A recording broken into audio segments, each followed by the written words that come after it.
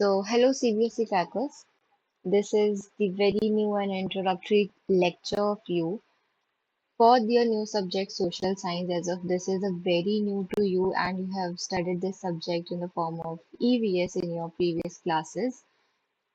And as of NEP has introduced this new syllabus to us and the new themes to us, it will be very fun to study it with you. अभी सबसे पहले ना हम ये देखेंगे कि social science हमें क्यों पढ़ना है और सोशल साइंस हमारे लिए इतना इम्पोर्टेंट क्यों है। देखो क्योंकि ये एक इंट्रोडक्टरी लेक्चर है तो इसमें आपको कोई नोट्स वगैरह बनाने की जरूरत नहीं है, बिल्कुल भी जरूरत नहीं है। आपको सिर्फ ये समझना है कि आप पढ़ क्या रहे हो, सोशल साइंस है क्या, हमें इस पूरी बुक में क्या क्या पढ़ना है, राइट। तो देखो हम इसमें देखते हैं edge of the first page पे हमें थोड़ा सोशल साइंस के थीम्स बताए गए हैं कि कौन कौन सी थीम्स हैं। जैसे इसमें पहली थीम में इंडिया एंड द वर्ल्ड है, जिसमें हमें लैंड फॉर्म्स एंड लाइफ्स के बारे में बताएंगे, ओशंस एंड कॉन्टिनेंट्स के बारे में बताएंगे, लोकेटिंग प्लेस ऑन अर्थ के बारे में बताएंगे, which is a part of geography, right.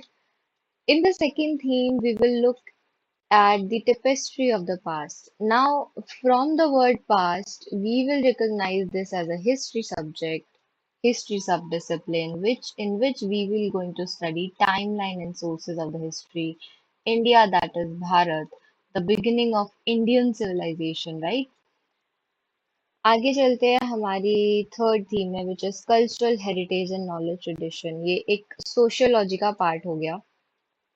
In the governance and democracy, as of with the governance and democracy, it is very clear कि ये पॉलिटी का पार्ट है। देखो ये सारी थीम्स ना बहुत ज्यादा न्यू है और तुम्हें नहीं पता कि वह हिस्ट्री ज्योग्राफी, क्योंकि इससे पहले तुमने सिर्फ ईवीएस पढ़ा है और ईवीएस में एज ऑफ सब डिसिप्लिन्स या फिर डिफरेंशिएट नहीं किया गया होगा।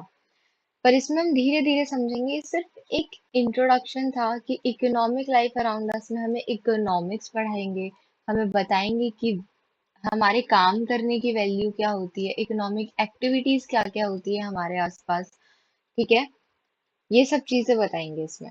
अभी देखो सबसे पहले ना हम देखते हैं कि हमें ये इमेज दी गई है। हमें ये इमेज से हमें ये बताया गया है कि आप इस इमेज को देखो और कुछ बेसिक क्वेश्चंस जो आपके दिमाग में आ रहे हैं वो आप डिस्कस करो। अब देखो अगर हम इस पिक्चर को अच्छे से ऑब्जर्व करेंगे तो हम देखेंगे कि भाई ये जो लेक है, देखो बहुत बेसिक क्वेश्चंस उठा रही हूँ मैं, जैसे ये जो लेक है इसमें पानी, ये लेक कहाँ से आई पहली बात तो, इस ग्राउंड में या फिर ये इस माउंटेनियस जगह में ये रिवर कहाँ से आई, ये लेक कहाँ से आई, ठीक है। ये रोड किसने बनाया और एज ऑफ यहाँ पे ये घर है, तो यहाँ के लोग जो यहाँ पे रहते होंगे वो कौन सी एक्टिविटीज परफॉर्म करते होंगे, वो कैसे रहते होंगे, उनका पास्ट क्या था, उनका फ्यूचर क्या है। यही सब हमें सोशल साइंस, यही सब हमें सिखाता है कि हमें हमारे आस हम जो क्वेश्चंस अराइज करते हैं हमारे माइंड में, उन सब के आंसर वो देता है सोशल साइंस। देखो सोशल साइंस बेसिकली ना एक स्टडी है जो हमें बताता है कि लोग रहते कैसे हैं, लोग कैसे जीते हैं, हम एक साथ कैसे रहते हैं। और इसमें ये हमें बताता है कि भाई हमें सोचना कैसे, हमें कैसे बिहेव करना है, हमें कैसे दूसरों से बात करना है। और इसके सब डिसिप्लिन हो जाते हैं, जैसे हिस्ट्री हो गया, ज्योग्राफी हो गया, इकोनॉमिक्स हो गया, पॉलिटी हो गया। देखो सोसाइटी, सोसाइटी डजंट मीन जो सोसाइटी में आप रह रहे हो, नहीं, I am not talking about that locality, I am talking about the society that we created.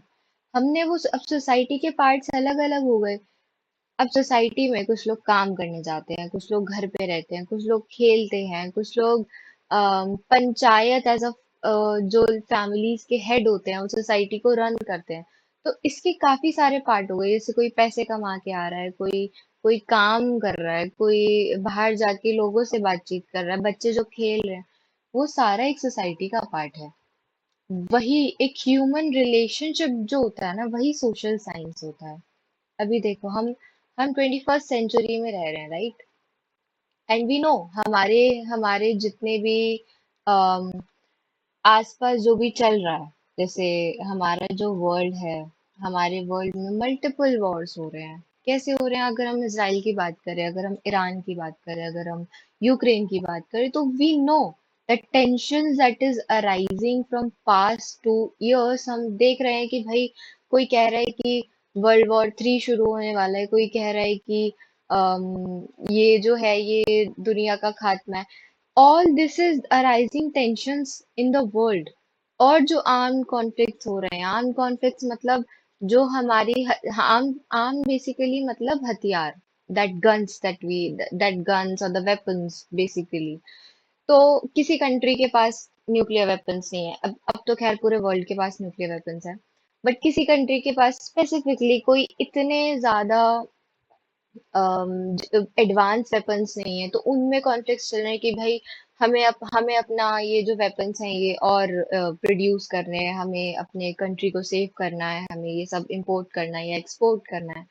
That is something which is going around in the world. And side by side हमारा जो natural environment है वो भी बहुत danger में है।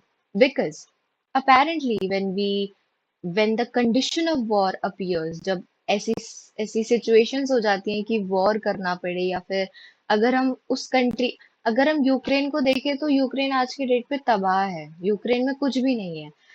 लेकिन उसके साथ साथ जो उसके नेचुरल क्या बोलते हैं, नेचुरल इन्वायरमेंट का डैमेज हुआ है, जो वहाँ पे चीजें, फॉर एग्जाम्पल अगर वहाँ पे हमने सिर्फ लोगों की बात करी कि भाई इतने लोग मर गए, हमने क्या ये देखा कि वहाँ पे कितना हमारे नेचुरल प्रॉपर्टीज का डैमेज हुआ है, या हमने ये देखा कि वहाँ पे कितने जानवर मरे थे या कितने पक्षी मरे थे।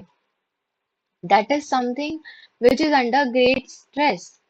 और हमारी जो एज है ना, वो बहुत ज्यादा चैलेंजेस, वो इतने चैलेंजेस फेस कर रही है, इतने ज्यादा ग्रेट पॉसिबिलिटीज हैं, क्योंकि हमारे पास एडवांसमेंट है। हम आज की डेट पे इतने ज्यादा मॉडर्न हो चुके हैं क्योंकि इंडस्ट्रियलाइजेशन की वजह से।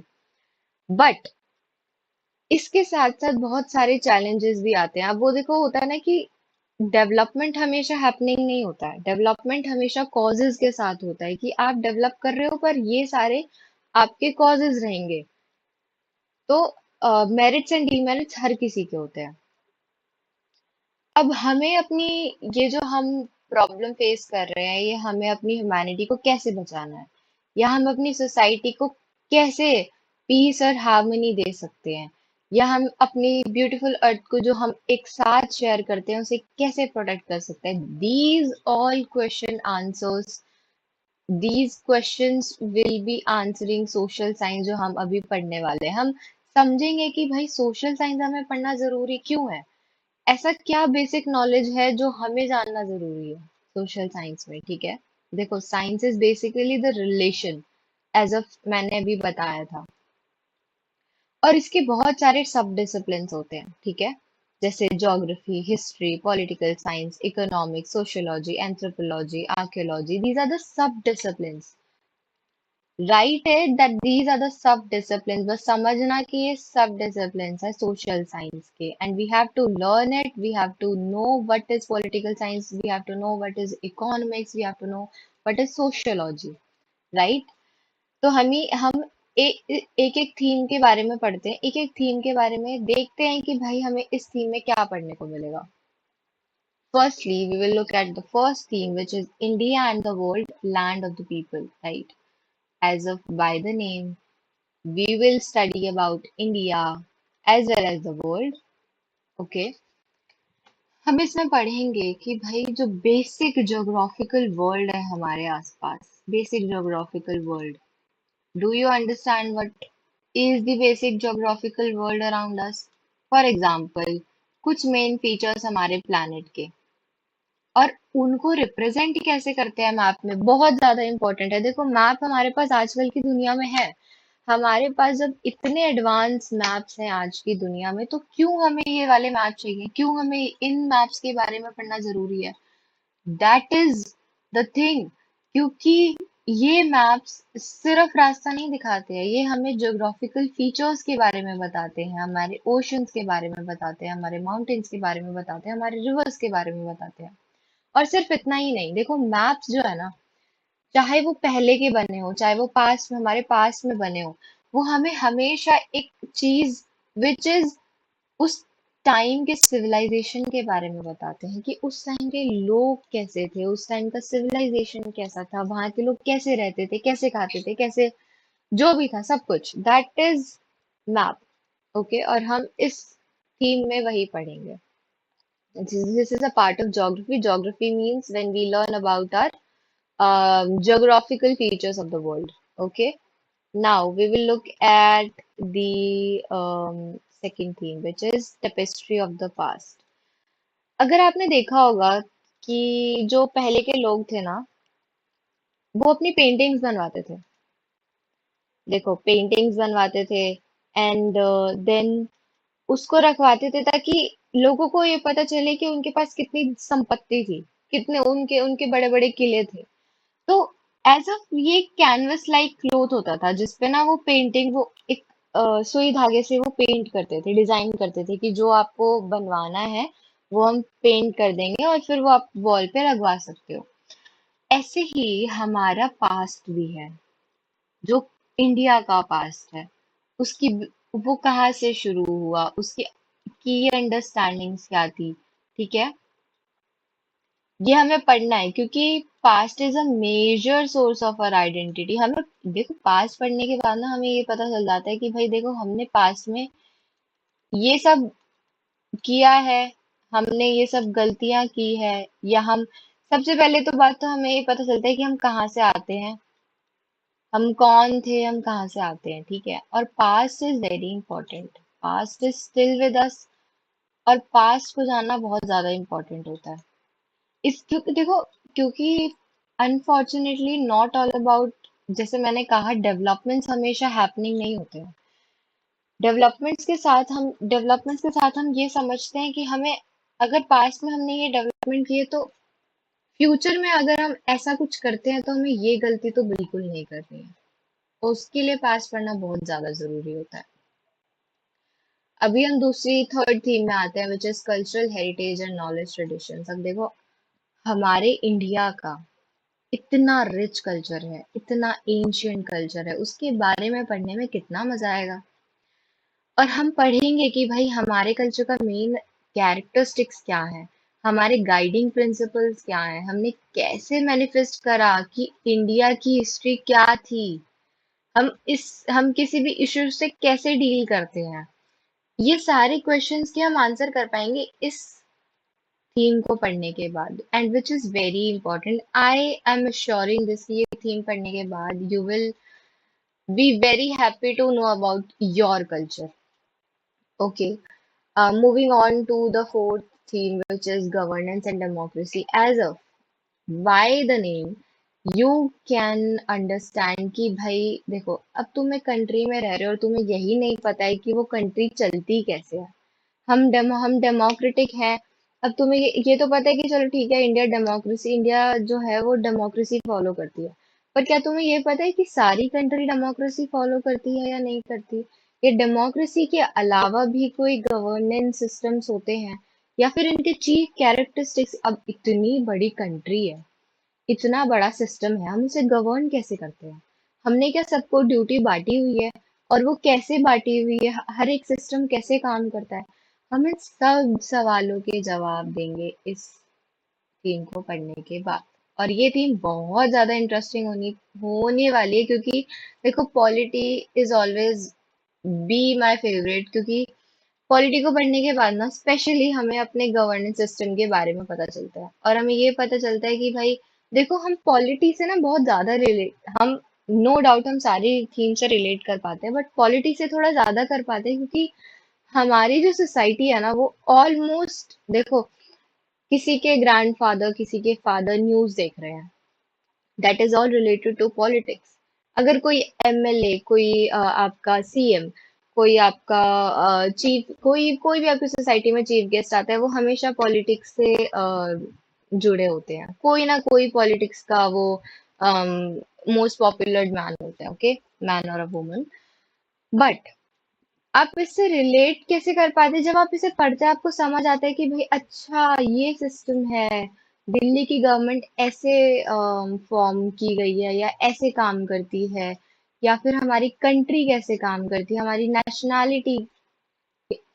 और सिर्फ हमारे इंडिया के बारे में ही नहीं, हम पूरे वर्ल्ड के बारे में पढ़ेंगे कि कौन से कंट्री में कौन सी गवर्नेंस है। Now we look at the last theme which is economic life around us. अब देखो इसे समझने का ना एक बहुत इजी तरीका है। फॉर एग्जाम्पल, हमारे हमारी बेसिक कम्युनिटीज क्या है, ऐसी कौन कौन सी चीजें हैं जिसके बगैर हम नहीं रह सकते। हमें खाना चाहिए, हमें कपड़े चाहिए, हमें शेल्टर चाहिए, हमें पानी चाहिए। देखो ये तो वही कुछ बेसिक चीज है, ठीक है। और अगर हम इसके बाद की बात करें, मतलब ये है ना, ये सारी फर्स्ट, जिसे फर्स्ट स्टेज कहते हैं वो है। लेकिन ऐसे ही अगर हम अपनी कंट्री के बारे में बात करें, हमारी कंट्री की भी कुछ बेसिक नीड्स हैं। हमारी कंट्री की भी, हमें कंट्री को चलाने के लिए भी कुछ चाहिए होता है, which is money.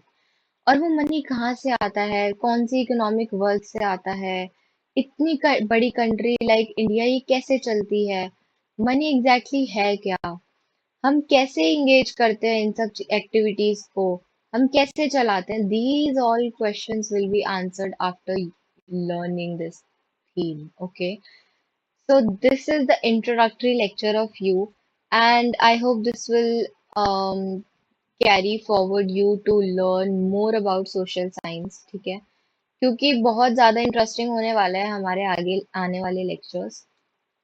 So if you have any doubt, please drop that question in the comment box, and I will meet you in the next lecture. Thank you.